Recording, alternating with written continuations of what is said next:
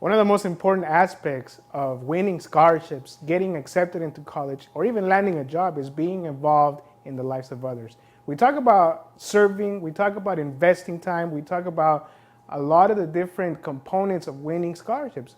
By serving others, you need to get involved in community service. The more you get involved, the more prepared you are to identify what your career is. I asked a student recently, what do you want to be when you grow up? And she said, I want to get paid. Well, there's no career called getting paid. So you need to start investing your time in different things. Are you interested in helping kids? Are you interested in helping the elderly? Are you interested in helping students who are, or perhaps kids who are facing medical challenges? It doesn't matter what you get involved with. What does matter is that you're involved and you're impacting others. Now, I'm not talking about investing 100 hours where you make no significant impact. I'm talking about spending a small amount of time really changing the life of somebody else. So quality is much, much better than quantity. So ask yourself, am I making the impact? If you can answer yes to that question, then you're making an impact and you're doing great community service. Now, if you don't know where to start, take a look at our planning community service forms. Ask yourself, what am I interested in? What drives me?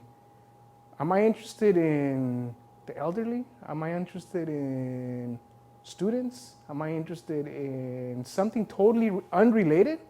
If you can identify what it is you're passionate about, find ways to get involved in that field. You may find that that's actually a field you want to pursue as a career. And if you get involved in that as a career, it's never going to be a job to you. So utilize the planning community service forms. But once you start getting involved and spending that time there, you need to start documenting everything that you do. What did you do? What impact did you make? What date did you do it? If I asked you what you had for breakfast this morning, you have a hard time telling me. So how can you really remember what you did 2 years ago or 3 years ago?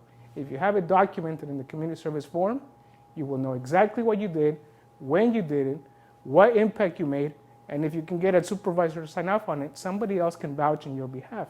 So when a scholarship asks you, what have you been involved with? Or if they ask you, give us a list of your community service, boom, you're ready. One of the most impactful ways to be involved in your community is by doing a self-initiated community service project. Look at the form that we have created for you, the Planning a Self-Initiated Community Service Project form. You will be ready to identify the need in your community. But most importantly, you can identify and document the steps that you need to take in order to serve that need. Serving the needs around you. For example, I talked to a student recently who she was interested in parents and in couples loving each other. Now, to you and I, that may be not something that's not big a deal. But to her, what she decided to do is she wanted to take care of the kids of the couples in her neighborhood so that they could go out and enjoy a date. She saw a need and she took action and they got to spend time with each other. At the end of the day, those couples probably are going to be better parents to their kids. Now, is that not impactful? I think it is.